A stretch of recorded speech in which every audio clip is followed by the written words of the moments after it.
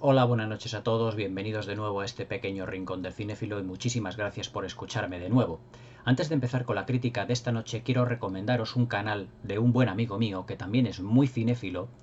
y que últimamente está subiendo una serie de críticas también de cine clásico. No, a lo mejor no tan extensas como yo, porque yo muchas veces me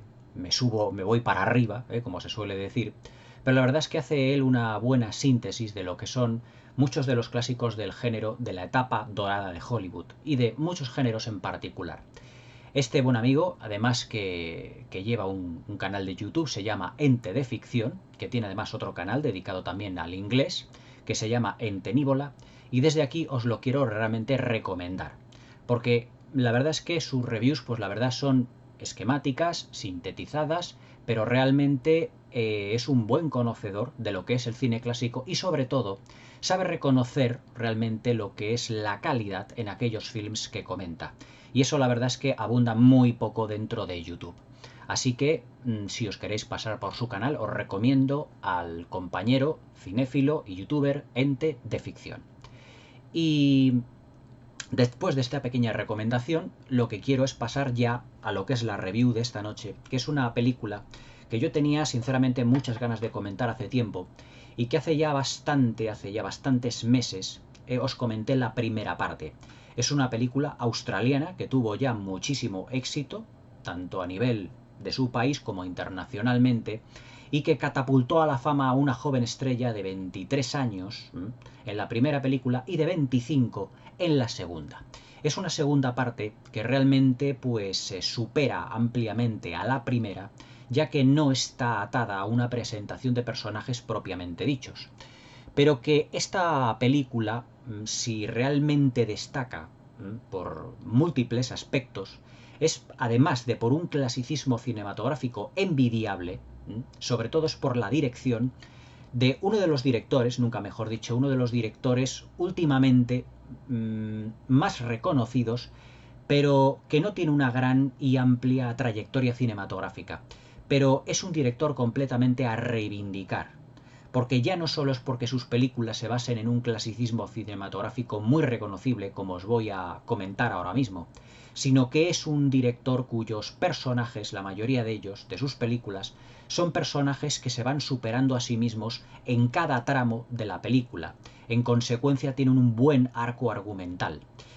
Pero el director del que os quiero hablar esta noche, antes de comenzar el film a comentarlo, es nada más y nada menos que George Miller, que además empezó siendo director de segunda unidad, pero que poco a poco se fue labrando en Australia, es un director australiano, una gran fama con su primera película que fue Mad Max Salvajes de la Autopista, en la que fue productor, director y guionista en 1979 y que junto a una joven estrella llamada Mel Gibson realizaron un film pues que causó realmente un revuelo en Australia y que no pretendían que este film pues fuera pues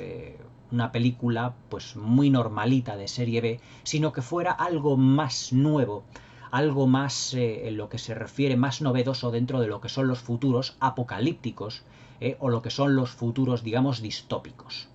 Esta película tuvo un inmenso éxito dentro de su país, pero realmente la película que catapultó tanto a George Miller como a Mel Gibson a un éxito alrededor del mundo fue un film realizado 2 años después, y que es la segunda parte de Mad Max Salvajes de la Autopista. Y que ese film no es otro que el que os voy a enseñar esta noche, que vamos a comentar, que tengo yo dentro de este pack, que es la trilogía de Mad Max. Pero el film que os voy a comentar va a ser justamente el segundo, que aquí le tengo en formato Blu-ray y que es Mad Max 2, El Guerrero de la Carretera. Mad Max 2, El Guerrero de la Carretera, se puede considerar pues prácticamente hoy como un granito cinematográfico dentro del cine de acción y sobre todo dentro del cine post-apocalíptico y de los futuros distópicos. Pero aquí George Miller, en ese clasicismo cinematográfico del que os estoy hablando, hace gala de un ritmo vertiginoso, de un montaje, de una puesta en escena que para ser una película de no excesivo presupuesto es realmente envidiable. Mad Max Salvajes de la Autopista se puede decir sin temor a equivocarse que es una de las mejores películas de acción ya no de su década, de los años 80, sino de la historia del cine, ya que no tiene, por así decirlo, unos efectos visuales en lo que se refiere a digitalizaciones, sino que todo o el 90% de lo que vemos en pantalla es absolutamente real, y sobre todo en lo que se refiere a las persecuciones, estas realmente impresionantes. George Miller utiliza aquí una sabia utilización del clasicismo cinematográfico porque, al igual que Orson Welles, George Miller, en numerosas entrevistas que le concedieron, al igual que Orson Welles, que cuando estaba rodando, antes de empezar a rodar y rodando Ciudadano Kane, vio muchas veces La diligencia de John Ford. Pues George Miller hizo prácticamente lo mismo que Orson Welles. Y sobre todo para inspirarse en la última secuencia de acción, que dura exactamente 14 minutos, que es esa espectacular persecución de todo lo que es la banda de moteros del villano de la película llamado Humungus, que van todos detrás del camión cisterna, que todos creen, evidentemente, que está cargado de gasolina, pero que todo es una estratagema de Mad Max, de Max Rokatansky, interpretado una vez más por Mel Gibson, en el papel que le catapultaría internacionalmente ya a la fama a la temprana edad de 25 años, y que tiene muchísimas similitudes con esa secuencia final de La diligencia, en la que los indios van asediando la mencionada diligencia y que tiene una duración exactamente de 12 minutos. La secuencia que os estoy hablando yo, la última secuencia, de lo que luego hablaremos en la parte técnica de la película, de lo que es la parte técnica, perdón, de la crítica,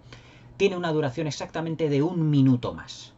Es una duración de 13 minutos, casi 14 minutos. Es decir, es una secuencia que no es que esté calcada, pero que está profundamente inspirada en un clásico de 1939 llamada La diligencia de John Ford.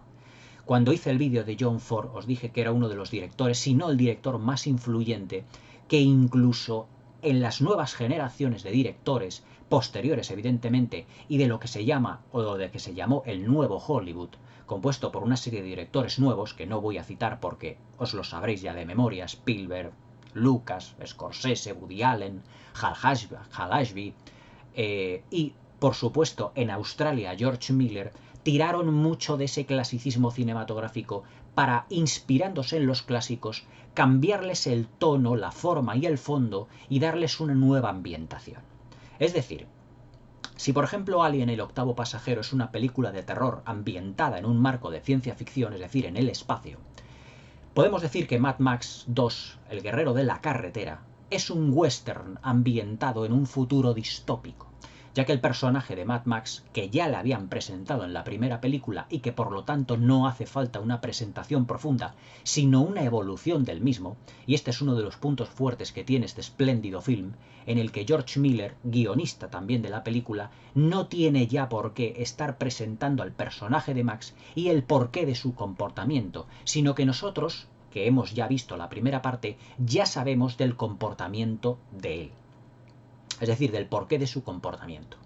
La película, evidentemente, y el personaje de Mad Max, del personaje de Mel Gibson, está inspirado directamente en todos aquellos vaqueros que inundaron las pantallas de cine en las películas del oeste de los 50, de los 60, incluso de los 70, como fueron, por ejemplo, John Wayne o Clint Eastwood, sin ir más lejos. Es decir, esos héroes, o mejor dicho, antihéroes, que no sabíamos dónde venían ni sabíamos a dónde iban, y que realmente son los auténticos protagonistas de toda la función, pero que sus diálogos son muy breves, muy sucintos, y que lo que nos dan a entender es que tiene este personaje un pasado realmente turbulento y trágico, como en algunas de las secuencias de la película se ve reflejado realmente. Argumentalmente estamos hablando de una película que es una secuela, ya os digo, directa de Mad Max, Salvajes de la Autopista, en la que ya Max, desprovisto evidentemente ya de su mujer y de su hijo, porque han sido asesinados por una banda de moteros, lo que eran los villanos de la primera parte, pues se dedica a recorrer las carreteras de Australia en busca de combustible, ya que el combustible, lo que es la gasolina o el diésel, el combustible en general, pues se ha convertido pues en la gran pieza de oro que todo el mundo busca para poder transportarse e ir de un lado a otro. Y claro, pues la guerra que hay entre bandas callejeras, entre bandas de moteros, entre bandas rivales, pues es encarnizada y muy dura. Pero claro, como a modo de penitencia, Mad Max, Max Rokatansky, interpretado por Mel Gibson, había sido en la primera película si os acordáis, una especie como de policía del futuro, pero que en esta película deja de lado pues por completo su función de policía y lo que se dedica es a recorrer lo que son las carreteras de Australia y ayudar pues a los desvalidos, a los pobres, a aquellas personas que no pueden no pueden valerse por sí mismas. Es decir, es un héroe pero a la vez es un antihéroe, porque no tiene un comportamiento realmente de héroe, sino que también digamos que sus intereses, sus maneras, sus formas, se guían por un egoísmo propio, por un interés propio, como es el pacto que realiza con el dueño de esa especie de rancho, que es una especie de refinería, en el que se van sacando petróleo, pero que además van refinándolo para convertirlo en combustible. Es decir, que argumentalmente hablando nos situamos ante una secuela directa de Salvajes de la Autopista, en la que Mad Max pues, se dedica a viajar por las autopistas, como ya os he mencionado, de Australia, en busca de una serie de combustible para su vehículo, para su deportivo, y también ayudando pues, a todos los desvalidos. En todo este periplo pues, conoce a un personaje interpretado por el actor Bruce Spence, que ya le conocemos de la trilogía de Matrix, pero que seguramente es mucho más conocido, aunque no visiblemente, por ser la boca de Sauron en la película El Señor de los Anillos, El Retorno del Rey en su versión extendida. Aunque a día de hoy Bruce Spence es realmente pues un actor que ya ha dado ya muchísimo de sí, aunque no ha tenido dentro de Hollywood un papel demasiado protagónico dentro de muchísimas películas, y sí ha hecho más, digamos, cameos o papeles de secundario, y que también tuvo un pequeño papel en la tercera película, que era Mad Max, Más allá de la cúpula del trueno, también protagonizada por Mel Gibson, pero también coprotagonizada por Tina Turner, y que ya comentaré más adelante. Estos dos personajes lo que hacen, pues evidentemente, pues es intentar buscar pues el combustible, aunque su supuesta amistad desde un primer momento no es la que es, ya que al principio, cuando se conocen, realmente tienen una relación, digamos, pues no diríamos de desafecto, sino de desconfianza entre ellos, porque claro, son personajes que están buscando pues la supervivencia.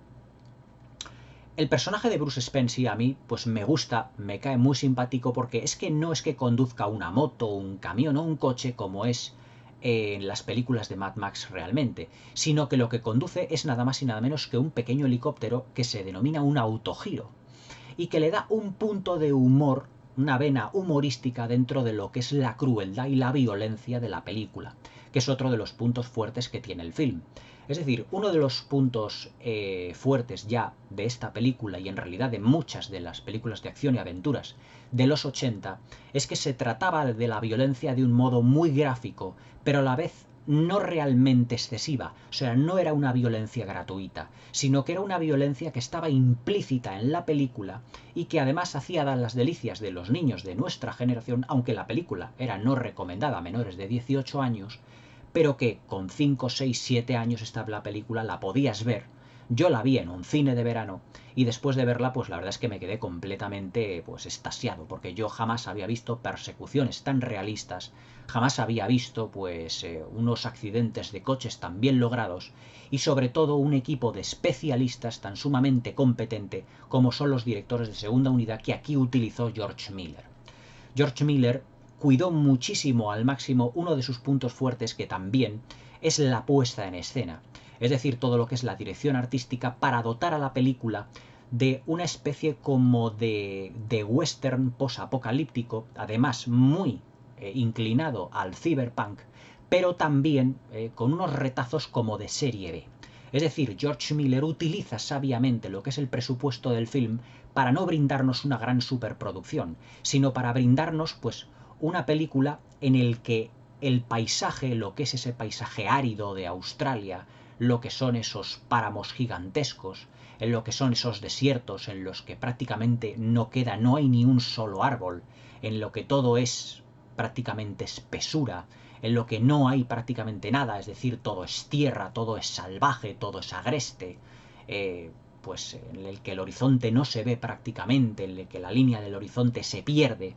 pues le dotó de una dimensión que hasta entonces las películas de acción no tenían. Y entonces ese es uno de los puntos fuertes que tiene George Miller, tratar el paisaje como si fuera un elemento más, un protagonista más, donde se van a producir todas las carreras, todas las persecuciones de lo que son los personajes, el personaje de Mel Gibson, los moteros, etc.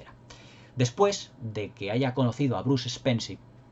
a este personaje, Mel Gibson le dice a este personaje pues que conoce un lugar realmente para conseguir gasolina y le lleva a Mad Max pues a un promontorio rocoso para vigilar una especie como de fuerte, que en una película del oeste sería una especie como de fuerte, pero que en realidad es una especie como de refinería, de pequeña refinería, que extrae el petróleo con una máquina, y que lo va refinando para convertirlo directamente en combustible, gasolina, diésel o el combustible en general en el que sea. Pero claro, este pequeño fortín que tiene una producción de combustible es continuamente asediado por una banda de moteros liderados por un personaje muy particular, lleno de músculos por todas partes, que se llama Humungus, o como él se suele denominar, pues el príncipe, algo así, de la carretera. Y además que tiene un segundo al mando, que es un auténtico robaplanos, al que él le llama parcialmente su cachorro, y que a veces le lleva atado como una especie como de cadena, para que no se desmadre en exceso. Este Humungus, este líder, la verdad es que como villano nos encontramos con uno de los puntos un poco flojos del film, ya que no queda especialmente definido. Pero como este ser se tapa, además con una especie como de máscara de juego de hockey, pues no le vemos el físico. Seguramente será a lo mejor un físico un personaje cuyo físico haya sido quemado, porque le vemos que los ojos pues no los tiene, digamos, excesivamente abiertos, no le vemos las cejas claramente a través de lo que son los orificios de la máscara, pero vemos que es un personaje que está más cerca de ser un monstruo que un ser humano en sí mismo, ya que cuando se enfada hay un plano de George Miller que lo que hace es que cuando se enfada las venas de lo que es el cuero cabelludo de su cabeza se le empiezan a hinchar cuando se pone nervioso. Y entonces él es el líder de una banda de moteros y también de conductores de coches muy parecidos a los que vimos en Fury Road, en Mad Max, la furia en la carretera, protagonizada por Tom Hardy y por Charlize Theron. En realidad, Furia en la carretera, la película, es, digamos, un Mad Max 2 con anabolizantes. Es decir, es un Mad Max 2 a lo bestia. Porque si os acordáis de mi crítica de Mad Max Furia en la carretera, es una película que pivota alrededor de 3 grandes secuencias de acción. Pues Mad Max, el guerrero de la carretera, Mad Max 2, también tiene 3 secuencias de acción, 2 más pequeñitas y una más grande. Pero es un film que también en ese aspecto y en este sentido supera en algunos aspectos a la de Fury Road, porque los personajes, la relación que hay entre varios personajes de lo que es esa refinería es como si fuera una gran familia. Y hay aquí también la influencia que tiene George Miller del propio John Ford. Si en la diligencia veíamos a un grupo de personas que estaban combatiendo a los indios o con temor a los indios de que fueran a atacarles en cualquier momento, pues estos dueños de esta pequeña refinería en esta amplitud del desierto, la verdad es que todos ellos pues forman una especie de muy peculiar familia, pues porque hay gente de todas las edades y seguramente de todas las clases. Vemos a una especie de hombre mayor que parece un general retirado con un casco, vemos a una chica que parece muy de clase media, vemos a una señora más mayor que habla, digamos, por su boca, como si tuviera ya mucha experiencia de la vida, y sobre todo vemos a un líder, además chico rubio, no me acuerdo si es Michael Preston, ahora mismo, muy conocido dentro de las películas de acción y de las series de los años 80, que es el auténtico líder de lo que es el grupo y que es el que organiza todo ello, todo lo que es la refinería y todo lo que son las defensas a base de lanzallamas, a base de flechas, a base de armas, para poder, evidentemente, resistir los envites del grupo de Humungus y todos sus moteros y su banda callejera, por así decirlo. Cuando de todo ello se entera Max, pues lo que decide es ayudarle, sobre todo porque cuando hay un coche que abandona lo que es ese pequeño fortín, que en realidad es un fuerte del oeste, de los norteamericanos que está siendo continuamente asediado por indios, pero que en este caso los indios han sido sustituidos por moteros o por conductores de coches posapocalípticos, y que en realidad los norteamericanos, los vaqueros, la caballería han sido sustituidos pues, por personajes futuristas. Uno de ellos sale del fuerte, pero es directamente cogido por esta banda de maleantes de carretera, y Mad Max, que está en lo alto de un promontorio, ve evidentemente que lo han matado y que a su mujer, o mejor dicho, a su pareja, pues la han ultrajado y también la ha matado. Entonces, lo que es a punto de fallecer este chico que pretende salir de lo que es este fortín, de esta pequeña refinería, Max lo lleva hasta este fortín, pero a Mad Max no le creen desde el principio cuál pueden ser sus intenciones, ya que tienden mucho a desconfiar constantemente estos personajes. Y claro, pues como no les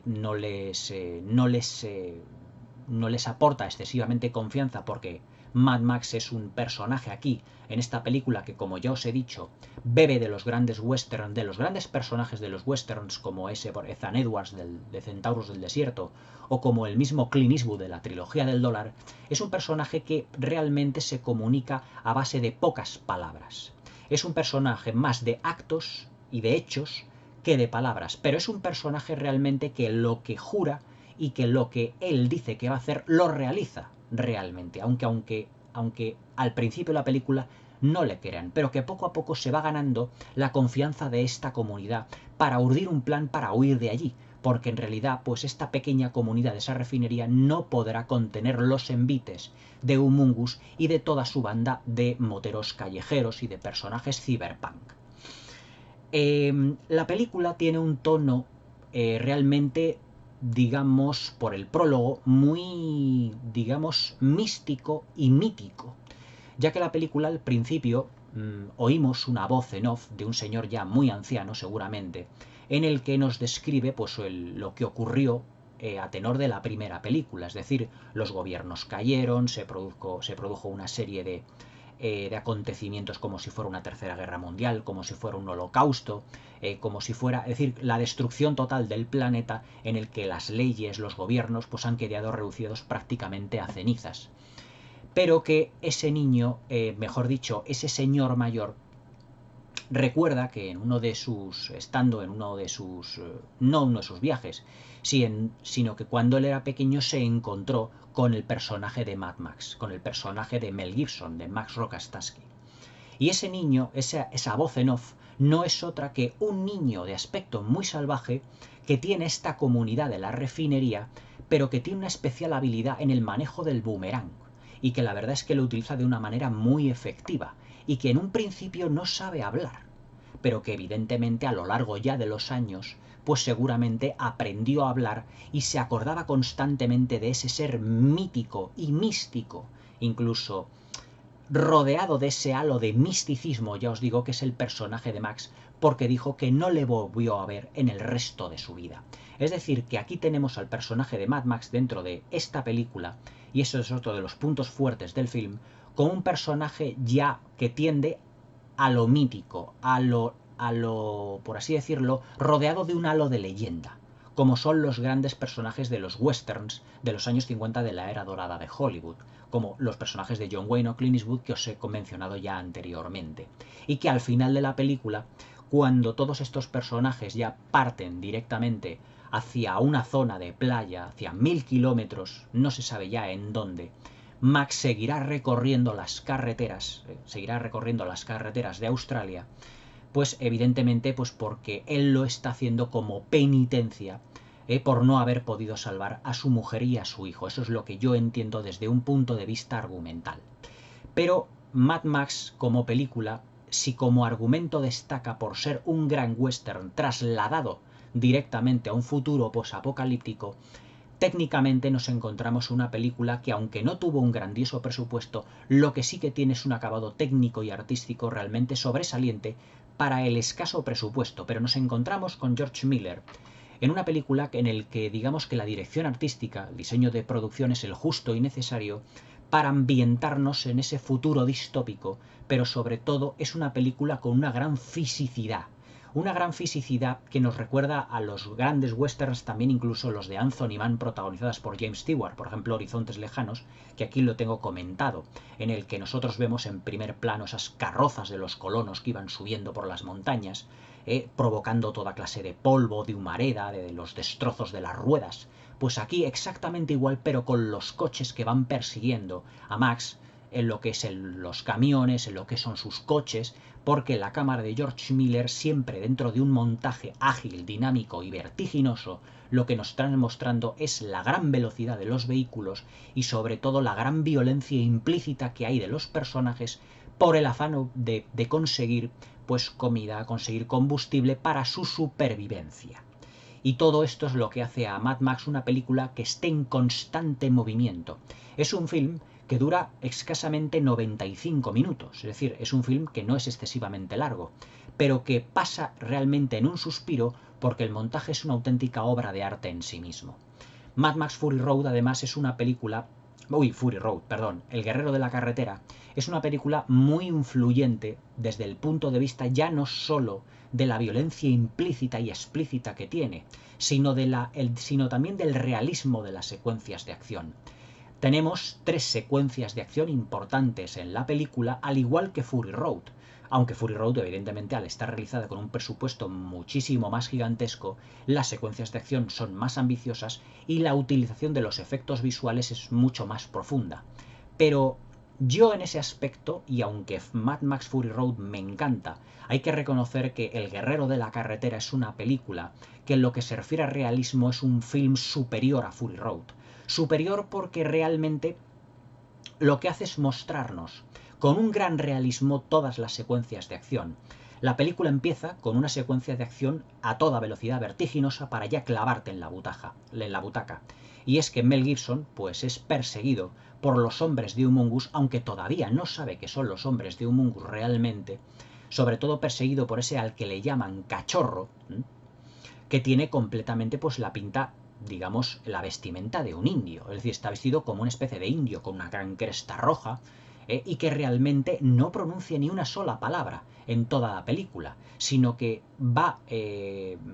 por así decirlo, comunicándose pues a base de gruñidos, a base de rugidos, y además es que utiliza una fuerza física realmente asombrosa. Él es dañado, por ejemplo, en un bíceps con una flecha, pero él, en un plano realmente estremecedor y en el que Mel Gibson le está viendo prácticamente fijamente lo que es la herida, él se arranca mismamente la flecha a la que le han disparado, prácticamente como si no sintiera dolor, como diciendo aquí estoy y aquí te voy a esperar y estés donde estés te voy a encontrar. Aunque en ese momento huye porque la mayoría de sus compañeros, y debido a la pericia en el volante que tiene Mad Max, pues evidentemente Max va acabando con casi todos hasta que se queda él, y además con un acompañante que tiene detrás en una moto, que es un chico rubio, también evidentemente parte de lo que es la tribu, por así decirlo, o el grupo de moteros posapocalípticos del grupo de Humongous. Esta primera secuencia de acción ya te deja realmente trastocado por la vertiginosidad de la velocidad de los coches. En esta película los coches no iban a poca velocidad, sino a bastante velocidad, algunos de ellos superando los 120 km por hora, porque así lo quiso George Miller, pero para eso contó con un equipo de especialistas que eran de primerísima categoría en aquel país donde se rodó, que fue Australia. Y por eso nos da una sensación de realismo tan sumamente exacerbada. No hay un efecto especial directamente gratuito en esta película y sobre todo en las persecuciones. La segunda secuencia de acción es cuando Mel Gibson roba un tractocamión, o sea, la cabeza tractora de un camión, para poder trasladar lo que es un tanque lleno de gasolina o de combustible al final de la película. Y claro, todos los hombres de Humongous, hasta que él entra de nuevo en esa pequeña refinería, van constantemente pues persiguiendo a Mel Gibson. Le destruyen parte de la cabina, le pinchan las ruedas, pero Mel Gibson, debido a su pericia, la pericia que tiene Mad Max en la conducción, logra llegar hasta esta pequeña refinería que forma parte ya de una comunidad a la que él también pertenece. Y finalmente tenemos esa brillantísima secuencia de acción que ha sido imitada una y mil veces por un montón de directores, incluido James Cameron, porque el principal protagonista ya no es solo Mel Gibson, sino es el camión que va conduciendo, un camión de gigantescas dimensiones de la marca Mack, ese camión en el que se transformaba Megatron, el líder de los Decepticons, en la película Transformers: El lado oscuro de la luna. Además que ese camión Mack, además el que se transformaba Megatron, tenía además pues una especie pues como también como de pinchos, como de, ¿cómo os diría yo? Como de zonas que estaban como oxidadas. Era un camión que estaba completamente dejado, pero que ese camión, desde mi punto de vista, de la misma marca que la de Mad Max, es como una especie de homenaje a la película del guerrero de la carretera. Es decir, Michael Bay, que seguramente pues creció también viendo de adolescente las películas de Mad Max, se quedó impresionado por el guerrero de la carretera y en el papel de la transformación de Megatron quiso hacerle pues un pequeño homenaje transformando al líder de los Decepticons en ese camión Mack tan destartalado que vemos en la película, pero que en realidad en la de Mad Max es totalmente poderosísimo. Las secuencias de acción, esta última secuencia de acción que ya os digo es como un homenaje a la secuencia final de la persecución de la diligencia de John Ford, es absolutamente brillante y magistral desde el punto de vista de la planificación y del montaje, ya que no solo tiene un realismo muy exacerbado, porque vemos colisiones, destrucción, explosiones, neumáticos reventados, explosiones de los mismos coches, cómo se arrancan las puertas, cómo van arrancando las puertas, los guardabarros de todo lo que es el camión, hasta que prácticamente acaban con el camión de Max, aunque no con Max realmente. Pero Max también tiene una pequeña ayuda de su amigo Bruce Spencer, que también está con el autogiro, pero que este autogiro evidentemente será derribado muy fácilmente por los hombres de Humungus, dando un toque humorístico, un pequeño toque humorístico a tanta secuencia de acción y a tanta violencia exacerbada que tiene la película. La película esencialmente es un film que en lo que se refiere a fotografía nos encontramos con un film típico de los 80. Es un film que nada más verle notamos que está filmado en 35 milímetros, ya que la fisicidad que tiene, la tridimensionalidad, lo que son las texturas de la fotografía tan característica que sería ya en la década de los 80, ya George Miller lo utilizó de una manera muy sabia y además con un colorido en la fotografía, con una calidad en la planificación realmente extraordinaria. En el formato Blu-ray que yo tengo aquí, porque es esta trilogía, ya os digo que es en Blu-ray, la verdad es que se ve como yo nunca me hubiese imaginado ver Mad Max, el guerrero de la carretera.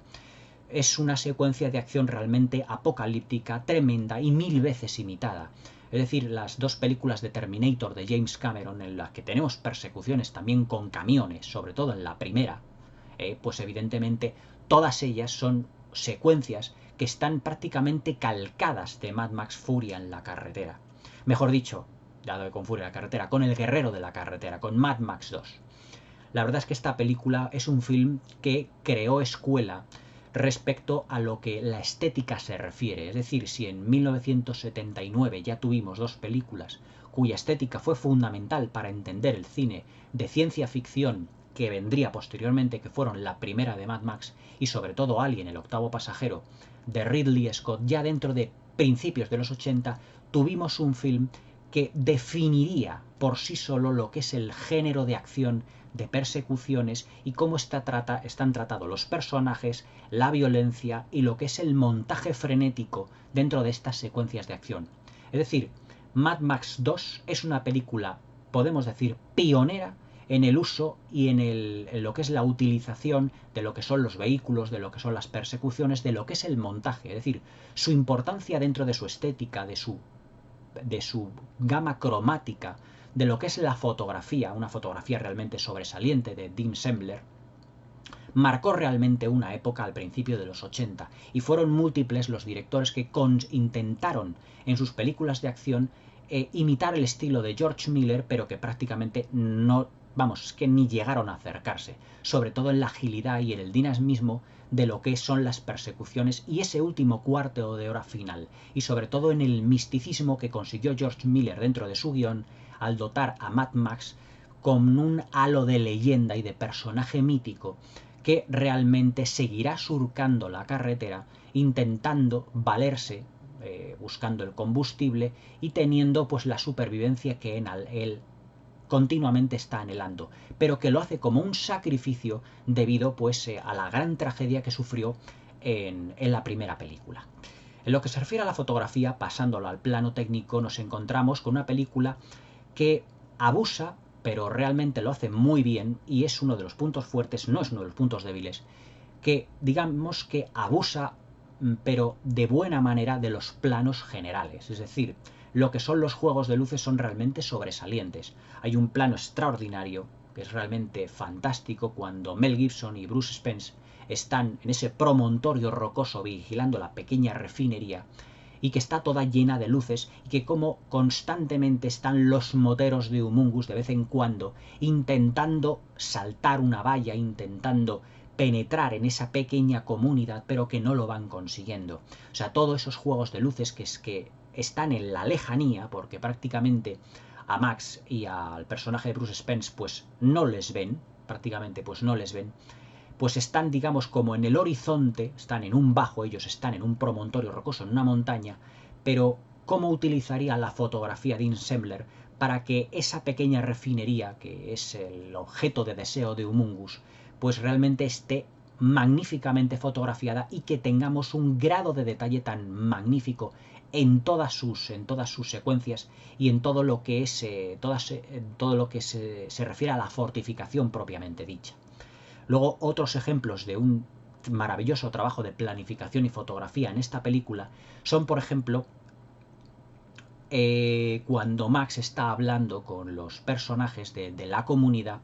para decirles pues más o menos cuál es el plan que él tiene previsto para salir de allí todos juntos, porque realmente no van a poder aguantar el asedio de Humungus durante muchísimo tiempo. Pero claro, Max tiene otros planes, él no quiere irse con ellos ni muchísimo menos, sino que él, como el antihéroe que es, se sacrificará con un gran engaño, porque él saldrá con ese camión parecido al Megatron ya os digo, de los Transformers, con ese gigantesco camión, haciendo entender a los hombres de Humungus que está cargado de combustible, cuando en realidad lo que está cargado es de arena. Y el combustible se lo llevan los miembros de esa comunidad que están soñando con ir a una zona de playa paradisíaca y olvidarse de todas esas penurias y tragedias que cada uno de ellos ha sufrido a lo largo de su vida en ese futuro posapocalíptico. Todo lo que son las secuencias de Mel Gibson dentro de lo que es la comunidad están extraordinariamente planificadas y fotografiadas. Todo lo que son los juegos de luces, tanto de día como de noche, son fantásticos. Sobre todo lo que es la fotografía nocturna es realmente excelente. Y luego también no nos podemos olvidar, evidentemente, de lo que es la banda sonora de Brian May. La banda sonora de Brian May es digna de oírse en estéreo, en un televisor, por ejemplo, como yo tengo, en 4K, o incluso si podéis conectar el televisor o el Blu-ray o el DVD, la versión que tengáis, pues a un equipo de música, porque la banda sonora va increciendo a lo largo de toda la película. Y al final, en esa gigantesca persecución con el camión que tenemos, y con los hombres de Humungus detrás de ellos,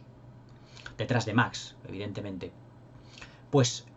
asistimos constantemente pues a una banda sonora no chirriante ni muchísimo menos, sino que tiene a veces unos acordes como de música clásica para ir suavizando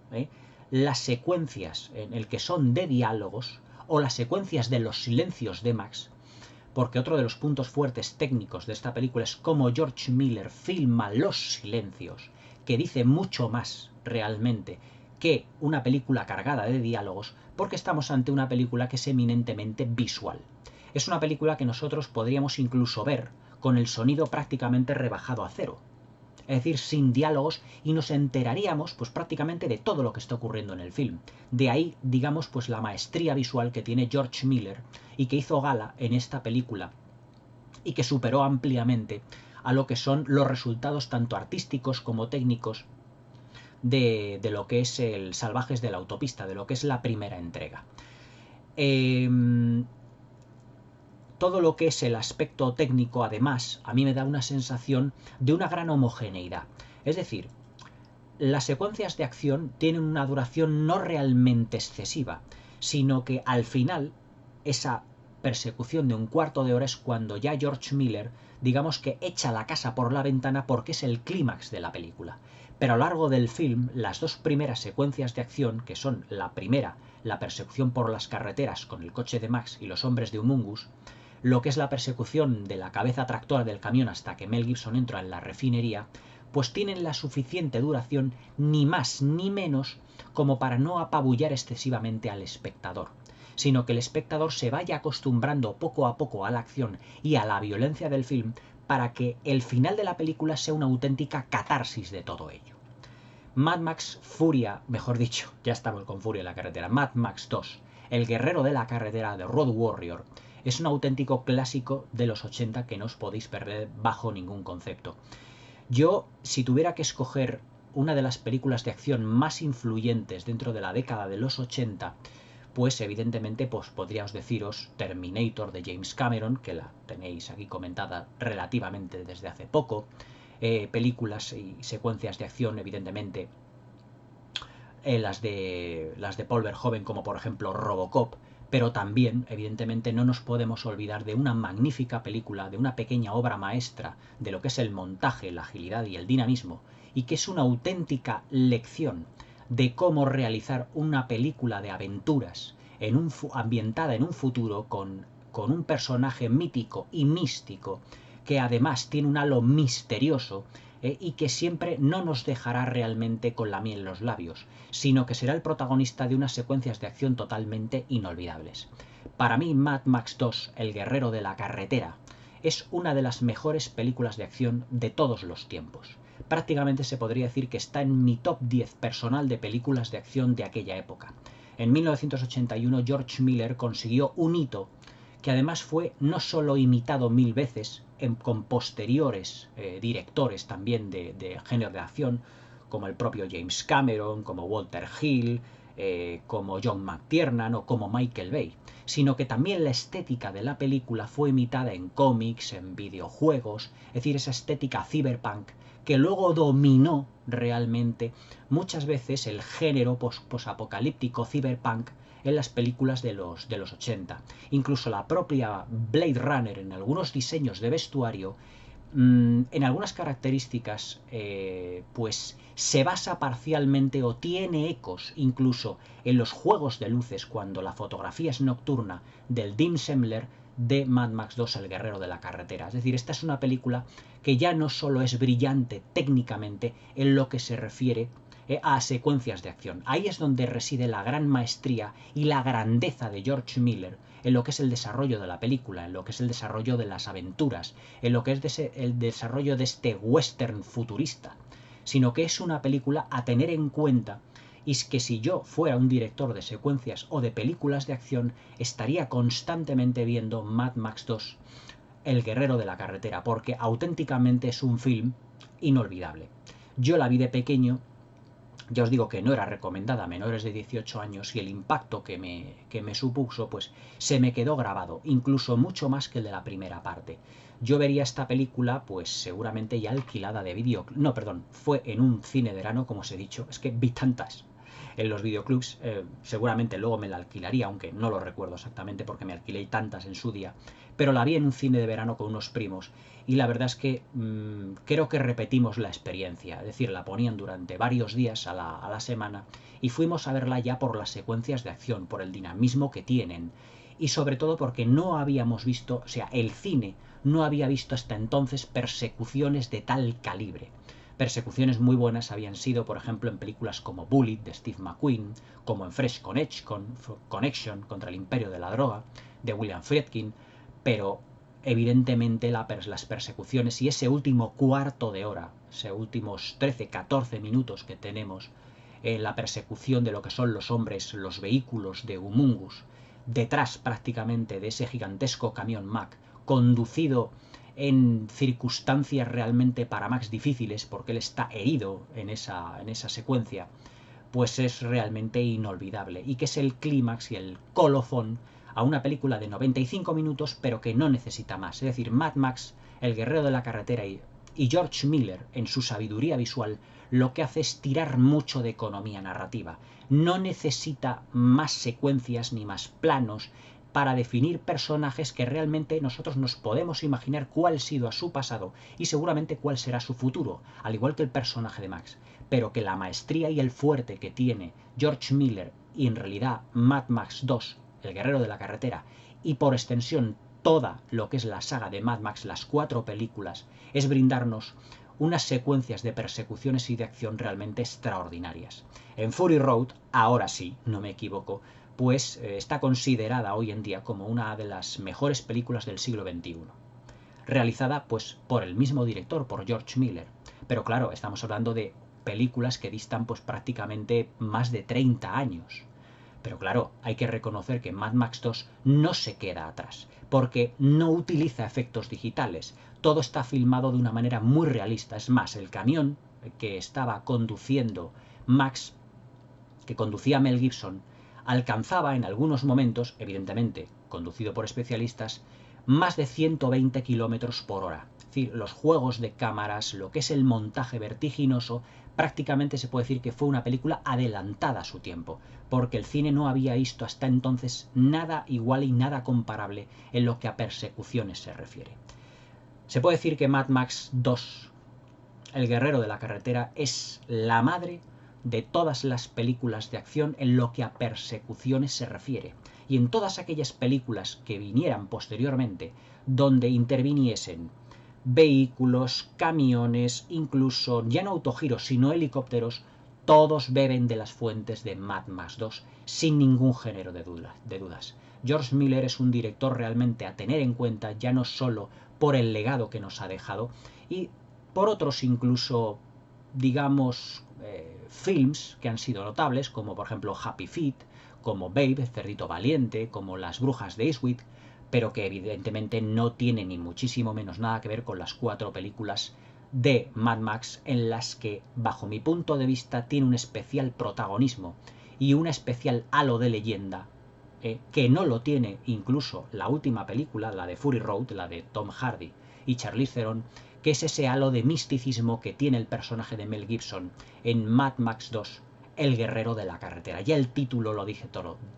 The Road Warrior, el guerrero de la carretera. O sea, una película que había que ver, sí o sí, en 1981 y en general y en particular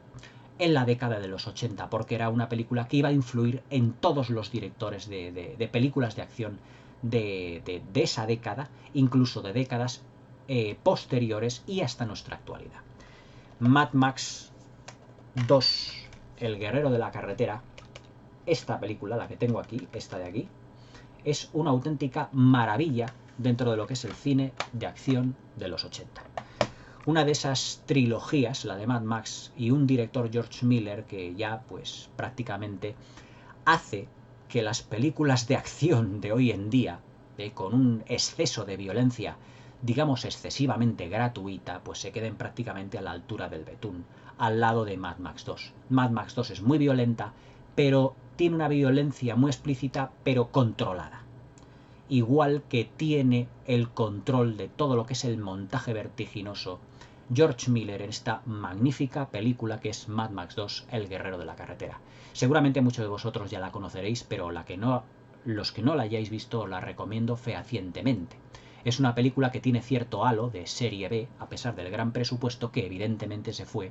en todos aquellos vehículos. George Miller y su equipo técnico llegaron a fabricar hasta 40 vehículos distintos para la película y 3 copias del camión Mack para diferentes secuencias, encuadres, planos, dentro de una planificación portentosa y maravillosa. Una auténtica maravilla del cine de acción, una auténtica obra maestra del cine de acción y de aventuras de los años 80. Mad Max 2, el guerrero de la carretera de George Miller. Espero que la veáis, que me comentéis, y si os ha gustado esta crítica os suscribáis al canal y le deis a la campanilla para que no os perdáis ninguno de mis nuevos vídeos.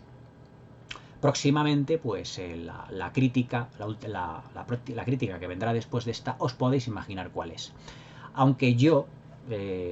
para seros sinceros, yo estoy seguro que esa película,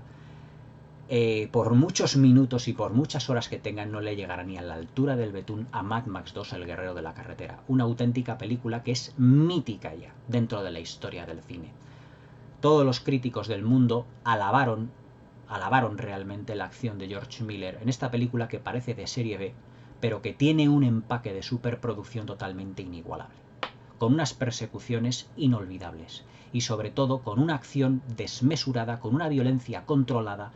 y realizada por un equipo de especialistas absolutamente magistral, con una fotografía esplendorosa y con una no menos esplendorosa banda sonora de Brian May. Espero que os haya gustado la crítica, que la veáis, que me comentéis y que paséis una buena velada. Hasta mañana.